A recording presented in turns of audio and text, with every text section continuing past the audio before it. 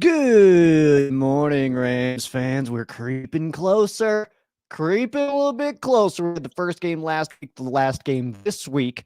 So we do have the longest wait of anybody, I guess, outside of the one seeds. But you get what I mean. But we're fired up, man. I'm getting a little tense as the week goes on. I'm getting a little. My hands are sweatier, and not because of nerve or anything, but simply because we got some playoff action going on this weekend. This is Tuna and the Sheriff. I am Sheriff Joe Baggs, host of Ram Showcase. That was out last night. Check it on out. Joining me, though, Playoffs, Tuna. man. Yeah, that was really As good. it gets closer, I'm like this. I'm a clenched fist. Do you hear it? Clenched. I do. It's weird. It's good. Playoffs. Playoffs. It's one of the. Man. That's so iconic. I love that so much. I love football so much. Can we talk about like Football's pretty cool. We got a few weeks left of football existence until February was 8th, 9th. Less than a month to go. Just enjoy every day that you're looking forward to the next game. Whether the Rams are in it or not, obviously the Rams are going to go all the way, obviously.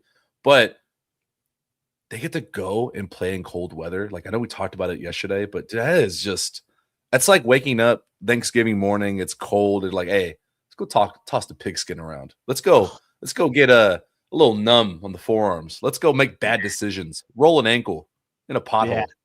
Yeah. I love that, man. That happens hours before the cousin walk happens. It's important memories, man. It's just an important thing that happens. But all morning, man, you're absolutely right, man. It is just the energy of it. Like you get out there in the cold and it's just a little bit more ramped up, and you just feel a little bit more like you almost want to get that hit in there, so that you can be like, all right, now I'm good. No, now I'm all right. But that's just how the Rams are in general. It's like I don't feel like Matthew Stafford's game doesn't start until he gets popped once, that's and he's ready to roll. So yeah. With no flag. No, that is for some people that's a real thing. I've talked to some like I've had teammates that have talked about that where once I get hit, like I need to taste a little blood in my mouth before I feel like I'm awake. I was kind of the same. Like I was always in a weird spot because I just love football, but I played quarterbacks like you're supposed to stay calm. But I needed to get hit and tackled one time before I was like, okay. I'm in the game. Like this is football. Listen up, man. That get those jitters out, and it's at that point, it's like you get blasted one time, and then at that point, you're just kind of like, all right, well, we're in it now. Like, I mean, I've already been hit. I'm already bruised up and stuff like that. And it's like I'm used to the cold now. We've been out here for a little bit, and it's like, okay, now you can get moving and stuff, man. So yeah. Before we jump into football, I want to ask you one thing. At what point in your life did you realize that you became the cousin on the cousin walks? Like you became big cousin. Because at some point you transition and then it just happens. For me, it was this year. That's funny. Yeah, there is that like when you're younger, you're like, where's everybody going? Like, I'm gonna go. They're like, we'll be back. Dumbasses are going outside. It's dark out there. Idiots. Like, like there's not even anything cool out there. But and then eventually it's like you go for a walk. And you're like, yes, I. And then you're not like confused. You're not like, why? What's going on? You're like, yes, I do. Thank you very much. Yeah. So good times, man. Actually, we've my my holidays have shifted. It's not that I dislike my family; it's that I dislike large events, and we've narrowed those down. The holidays to more of just like closer. Like my sister, my niece come down, and like we go to my dad's place. Like it's very low key now. So less of that action, I suppose. Man, all right. Speaking of getting some extra vegetables in and knowing what the heck is going on around you, playoffs, man. Corn Doggy with the amazing graphic once again.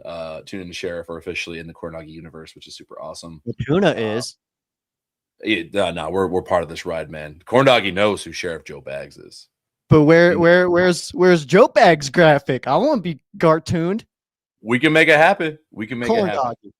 I know you're watching, man. Might be. Oh, Corn Doggy actually. is from parts of the world that experience the weather that the Rams are going to go through. Nice. But I want to touch base on something real quick. Actually, you know what? We'll skip over that. I was going to talk about the Washington Oh yeah, stadium. Looks very cool. You know what? Very My only cool. comment: sick as hell. That's it. That's cool. That's awesome. Looks very cool. There is one thing I want to show you guys. I don't know if anyone's really talking about it. Let me find this here. It's on my story. Story. You guys see this guy here? What? Where's that? No, not Kevin Dotson. Oh, no, Dotson. I can't find it. All right. Well, there's a guy that went up to over the overpass here in LA on the freeway. Yeah. Hung up a sign. He's out there for the love of the game. He's going to be out there again today. We'll get some updates tomorrow because it's going to be a little surprise for him out there today. That we made some calls. So we'll nice, dude. I love that. I actually it was funny because I saw that you retweeted one of his posts, just kind of being like, "Hey, this is cool," or whatever. And then I clicked on his profile, and he had like 7 followers. It's like, yo, that's not changed.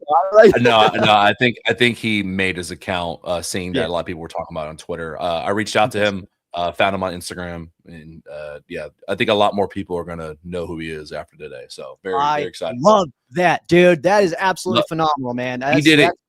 He did it for no recognition. He didn't reach out to nobody. He did it for love of the game. I fucking love people like that, bro. He's so cool. So if you don't know what we're talking about, tune in tomorrow. We'll dive into it more tomorrow morning. I was going to mention, by the way, Byron Young saw it and he posted a picture of it as he was driving. He took a picture and put it on his story. So like, it is very much a thing. Like, people were seeing it. People were like, yo, this is actually kind of sick. So I'm really glad that whatever is going to happen is going to happen. I'm really excited to see what that is. That's cool. I love it, man. But let's dive into this fucking football game.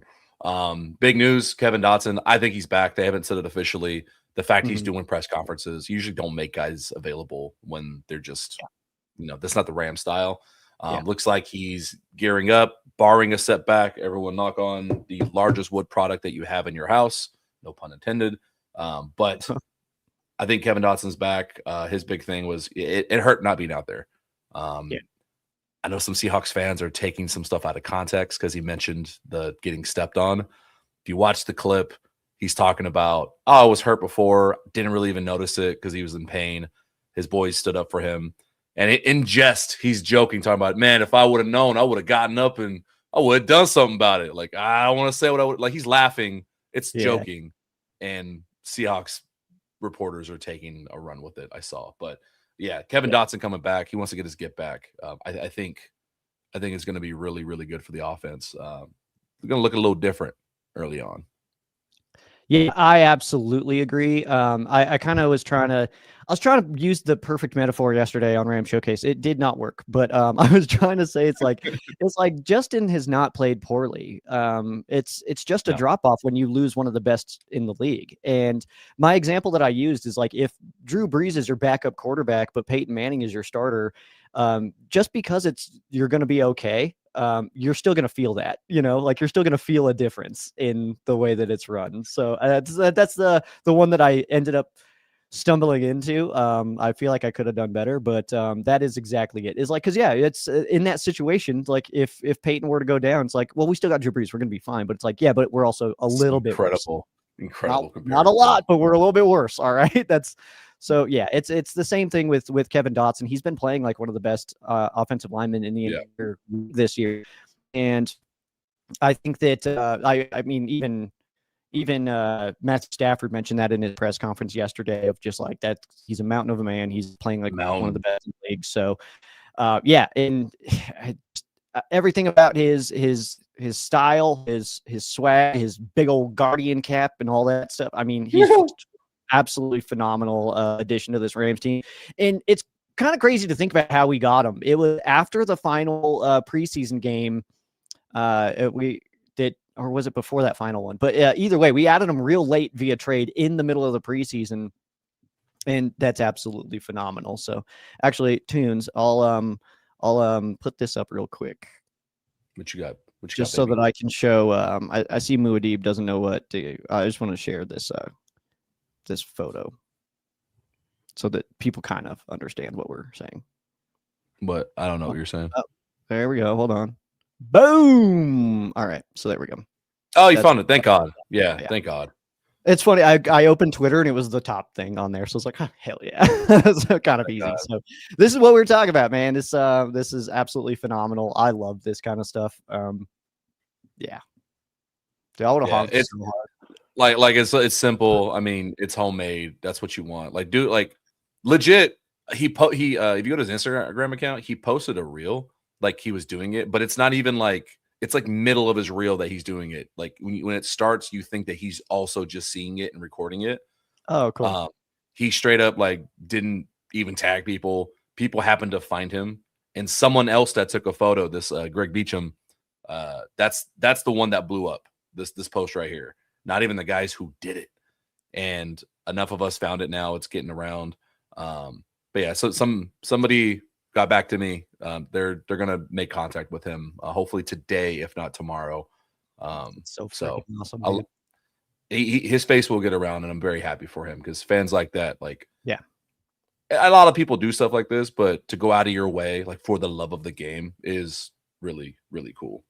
Yeah, it's phenomenal, and that's another thing too. And like again, I don't actually want to know what like that the details that you've provided so far, the vagueness I'm pleased with because I want to see what happens. But also I just love the fact that this franchise does things. They'll do things, they'll do stuff. It's very, very cool. They do things. This game, man, there's not a lot. I don't know what other storyline there is. Since there's no drama. There's only one. There's only one. There's only thing. The only thing that matters. It's gonna be cold. Did you guys know? Yeah, I don't know if you heard. Did you know? I don't know. Have you ever heard that it's cold in Chicago? No, I mean it's January in Chicago. I thought it was tropical, but you know, if you listen to the, that's what cracked me up so bad, dude. Hey, Browns are built for this. Look at it. We got dog. I woke up and I had to change my thermostat from 67 to 69 because I woke up, I was freezing. I was like, I can't have this. Yeah. It's crazy, man. It's absolutely insane. Yeah, it's we'll pull that comment up here in a moment. But it was kind of funny too. It's like, yeah, they're asking Devontae Adams. They're like, it's gonna be like in the 80s here, and then you guys got to go to Chicago. And he's like, yeah, well, we can't control that. Like, it's like they kept on saying that. Like, well, we can't control what the weather is, man. Like, we just got to deal with what we got to deal with. What do you want me to do? We got to practice in Southern California, and then we got to go play in teens degrees in Chicago. We can't do anything about that. Like this, like, yeah, we're gonna prepare the best we can for it, guys. Gary and everybody else asking these questions a billion times in a row about the colds. Like, okay, guys, we get it. It's going to be chilly in Chicago. Can we just talk about how maybe we'll play instead of just like asking Devontae, like, are you giving the young guys tips on how to stay warm? He's like, no. Like, they know what they're doing, man. Those football players. Jeez. It's the same thing. I see what comment you're talking about. Save it for like the last 5 minutes because I actually have a few things based on Chris that I want to show fans. There's a reason why Matthew Stafford said what he said after the Seahawks loss. These guys think about weeks in advance of like how the rest of their season is going to go. They weren't playing for 18 weeks. They're playing for 24 weeks, 25 or 23 weeks, whatever the number is. They know about this. It's the same quote. I'm going to tell you exactly what he said again. Who we playing, where we playing, put the ball down, prepare, let's go. Like, let's go play. They don't care. Lather up, find a heater on the sideline, go fucking play. They do not care. And this is Peyo's time's fault. You keep that weather in Canada, Peyo time. That is so funny. I love some of these comments a lot. This one cracking me up. I'm just gonna give that one got me. Andrew, shout out. That's amazing. Give them both horns.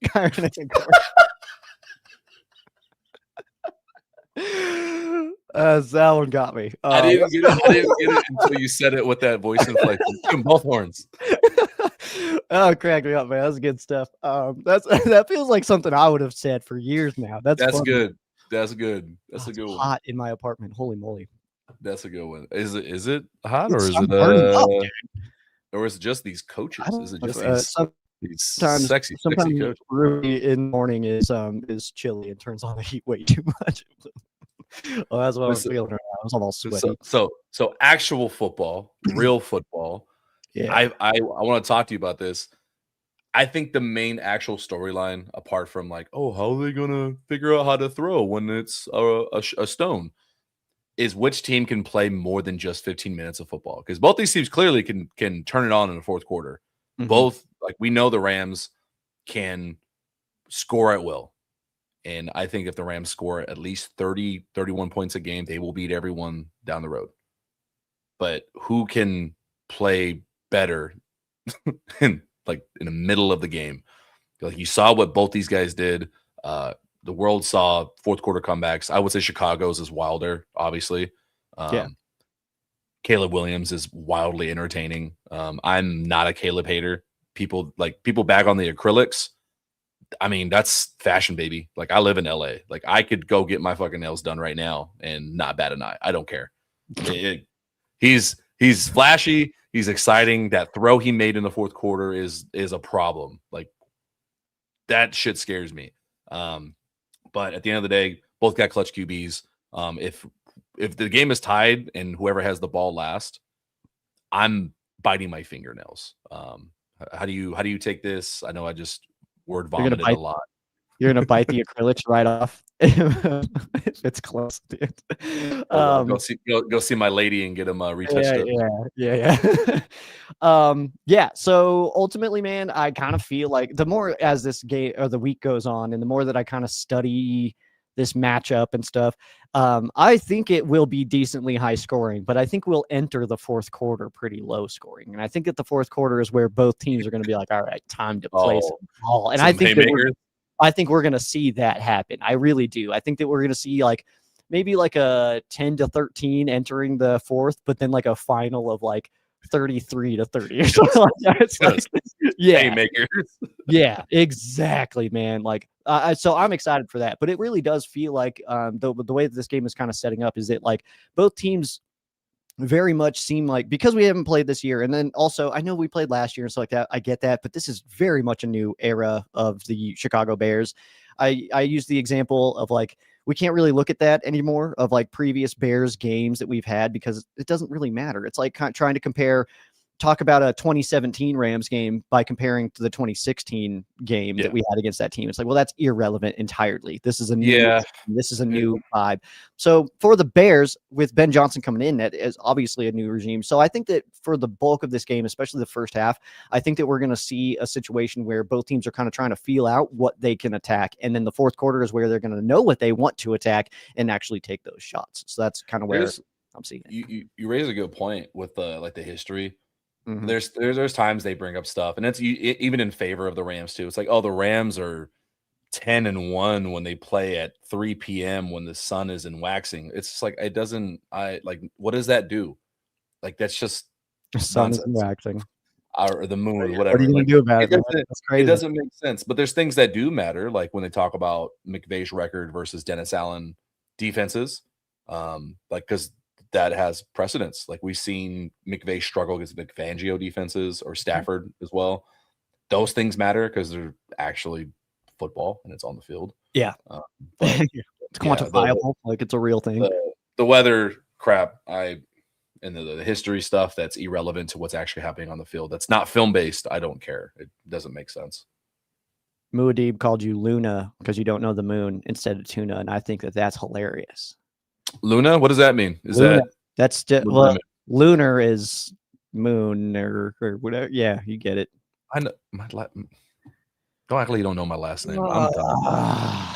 Bring up the next graphic. Just focus on. I'm gonna fight you. Cardiac Caleb.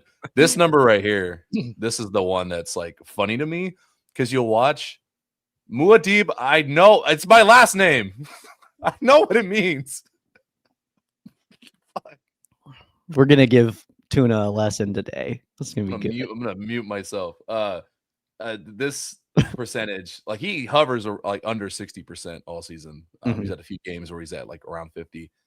It is wild to me. It shows that I was wrong when I said Stafford's the last of the gunslingers, because Caleb will just say, "Fuck it, I'm gonna try." He'll just try some shit. Especially like, and it'll work. Like it's boom or bust, as you can see. Like they'll go down big, but then when it's working and it's clicking, that Ben Johnson offense, Caleb, man, yeah, they made Green Bay look stupid in that fourth quarter. They did, and again, I think I said it yesterday that as much credit as the Bears deserve for what they did, and that there's no part of me that wants to take any of that away. I think that the Packers kind of crumbled also. I think it was kind of a twofold thing. I think it was both the Bears kind of being like, nah, we're not going to go out like this. And the Packers being like, we probably won already. Let's just wrap it up. And then just didn't work out. So while the Packers were like, we are going to go out this way. yeah. We are for sure going out this way. Like that's kind of fun. But yeah, it's that whole storyline of the North this year is kind of awesome. It's kind of crazy. And I think that we can confidently say now that Caleb Williams is the best quarterback in that division. I mean, I don't think that there's anything, I mean, I don't know. Well, I think he's elevated. He's elevated. I'd say he's elevated for sure. Yeah. I mean, you can, and that can change next year. You know what I mean? But Jordan Love is okay. Jared Goff is pretty good, but Caleb Williams this year is playing very, very good football. So I would put him at the top. And McCarthy is not even worth mentioning there because yikes. Yeah, 9 is a meme. Bring up Kamal's comment here. It's pretty on brand. Since we're talking about the Bears offense, we're gonna give up a big play at a bad time. Just matters that we come back with something of our own, and that's what we've been saying is like that the offense. Yeah, we like. I trust Stafford to go like, hey, you got to go get at least 3 right here, otherwise the game's over. I trust Stafford to do it. It's the defense like we talked about yesterday, where it's like, hey man, you're not going to be perfect. You're going to give up stuff. You bend but don't break. I get it. But can you not give up that big play when it matters? Can you go make a big play?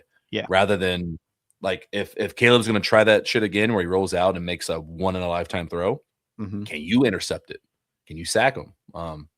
Don't That's let kind of where my head's at for this one is like on those plays where he's rearing up to launch a deep ball that maybe somebody got beat on. Is Jared going to be able to have his big old paw out there and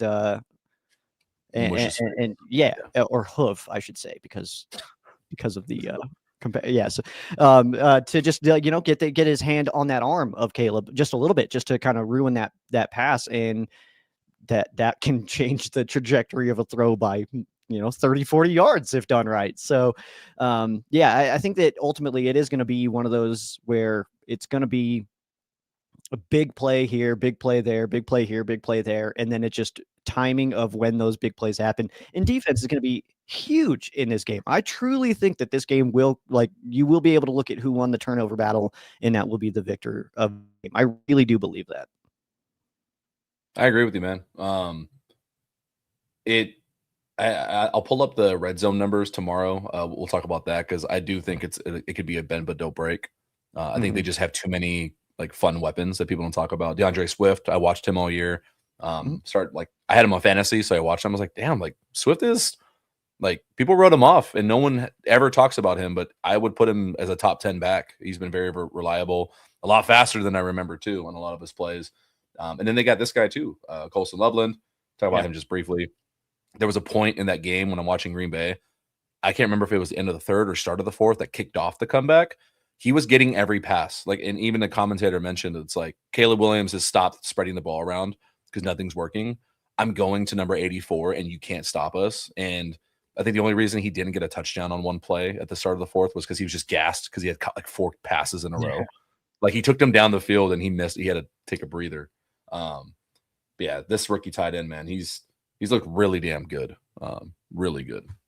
Yeah, this is probably going to eventually, obviously we're year 1 for this class, but this is probably going to go down as one of the better tight end classes of all time with Loveland. Obviously we got Warren, who's absolutely phenomenal. And then I truly do think that this, like how the Rams treat rookies and kind of handle rookies, they kind of ease them in unless, of course, you have that outlier, the Pukas, the, Jordan Fuller right away, stuff like that. But you got those outliers. But Ferguson, I think that when we look in 4 years and stuff like that, it's going to be like, oh no, he was just as up there with everybody else.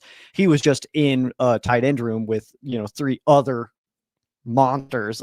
So it's, it's hard to just force him the ball. Whereas, I mean, in fairness too, the Bears do have Cole Kmet as well, who's a phenomenal player. They've got a good duo, but we got the claw man. So think we win tight end. Our tight end should fight their tight ends. I want to see fights from the positions. I want to see I want to see Colson Loveland and Ferguson just meet at midfield. Yeah. Sean McVay and Ben Johnson in the coordinate. I want everyone just to meet at midfield instead of a coin toss. You got to do slap. You got to slap box. You got to slap box. Last man standing. You get to pick if you want a receiver or a kick. Caleb versus Matthew bodies at midfield. Let's do it. Who do you think would win in a fight out of all? If you had to put all the quarterbacks in a room, who do you think's coming out? All of the quarterbacks? Yeah, 32 starting. 32 starting. I mean, Josh Allen probably could do some damage. He's just a big guy. Dang, man. I got to try to. Kyler is out immediately. He's first out. I want to, if I can make one substitution, my pick would be Jameis Winston to start over Jackson Dart. I think Jameis Winston has a psychotic side, and he would be spitting Bible verses while he's just beating people down. It would be so good. You'd be like, eat this dub. Like, Power of Christ compels you, just hitting someone over the head. A bunch of people with the, with the W. Yeah. Man, I'm trying to. I don't know who else, man. I don't have time to think of every quarterback. Ooh, Lamar would punk someone, says Muad'Dib. That's a good pick. Lamar would just run the whole time. He would probably I feel like Lamar would go after Tua immediately and just rock him, dude. You mean Brian Flores? Brian Flores would go after Tua. Weird conversation. Bring up Chris's comment again. This kind of is all relevant. Oh, yeah. So watch party. Since we're talking about the game is Sunday, 3:30 p.m. Pacific for those on the Best Coast. If you need a place to watch, there's going to be like there's going to be 100 watch parties. I know Chris is talking about the send off. Yeah. So a lot of things happening this weekend. Rams leave Saturday morning. If you want to go to the send off, a lot of people were there last week. Send off is Saturday, 10 a.m. in Woodland Hills. If you have me on social media, need to know, just reach out to me or Sheriff Joe Baggs, and we'll point you in the right direction. If you need a watch party, Golden Road Brew, Glendale, California. This is where we were. This is not even half of the outside bar area. This is just closest to DJ. Multiply this by about 2.5 behind the camera, and then you have the inside and the front patio. A few hundred Rams fans were there. Super fun.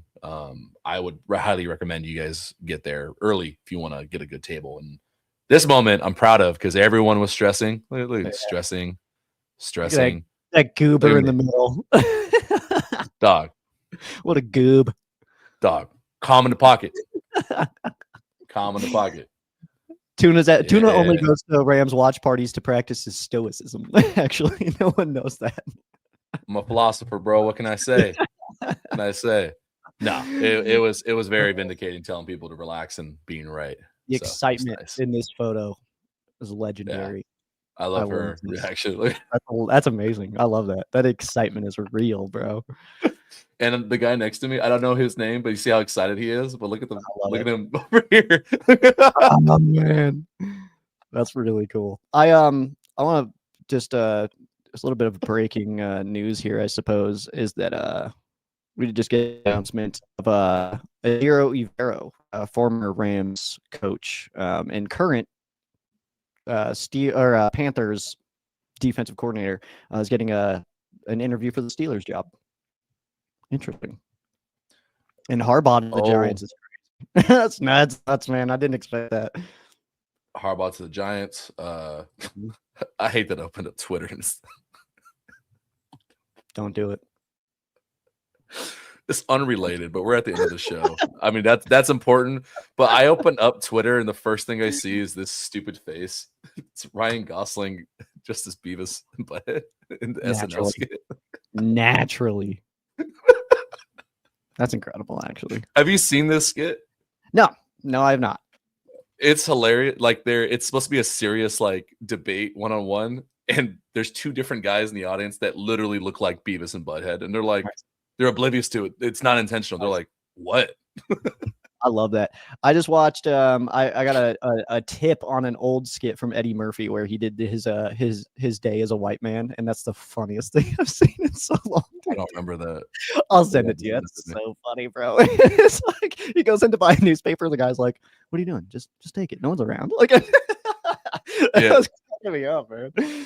Dude, Muad'Dib knows it. They're like, you guys don't know each other. They're like, I've never seen that man in my life. Nice. Heck yeah, man. I like SNL. I kind of there's some funny skits. There's some funny skits. But on the coaching thing, also Shieldhouse, Kamal Kobe mentions Shieldhouse, Shula, pretty much the entire Ram. If the Rams win a Super Bowl, everyone's gone. It'll be Sean McVay and then myself and Joe Bags coaching next season. So get ready for a lot of you want offense or defense, halfback dives and play action. Yeah, you want offense or defense? I'm good with either. Oh, I think if you gave me a week's prep time, I think I could orchestrate a touchdown drive with an NFL offense. I think I could call. I really want this to happen. I really want to find out if that's true or not. That's I could not go on the field and get a yard. I know that there's that conversation, but if I had to call plays, I think I could. I think I could. It's fair. All right. What are we listening as we fade off here? I just want to keep Andrew's comment up here because I love that. Snatch their souls. We're snatching hearts. We're snatching souls. We're snatching maybe a chain or two, depending. Hey, Stafford's clutch moments, whether they're the game winners or just ice cold moments in general, like your favorite ones. Okay, career. I'll just my number one is the He's Got Cup Again play, just because of how that all unfolded. Insane. And the fact that they saw it together within like half a second and then completed it. Unbelievable. The arrogance to throw that in that moment and be like, yeah, fuck it. We'll do it. Yeah. I mean, I'll just mention this last one. I think a lot of people don't like recognize when amazing shit happens in the moment until like months later. You're like, damn, that was pretty dope. Yeah. Like, dude, he threw like that's Parkinson's the second tight end. Like he's tight end too. Yeah. In the clutch, that's stupid. Ridiculous throw. Absolutely absurd. Man, I don't want to go too like obvious, you know.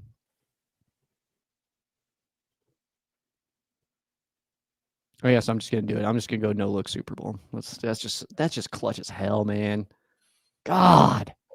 I put that one up there. For me, it's Ben Roethlisberger to Santonio Holmes in the corner of the end zone, and then it's Stafford over the middle in clutch, no look. That one's that's very good. So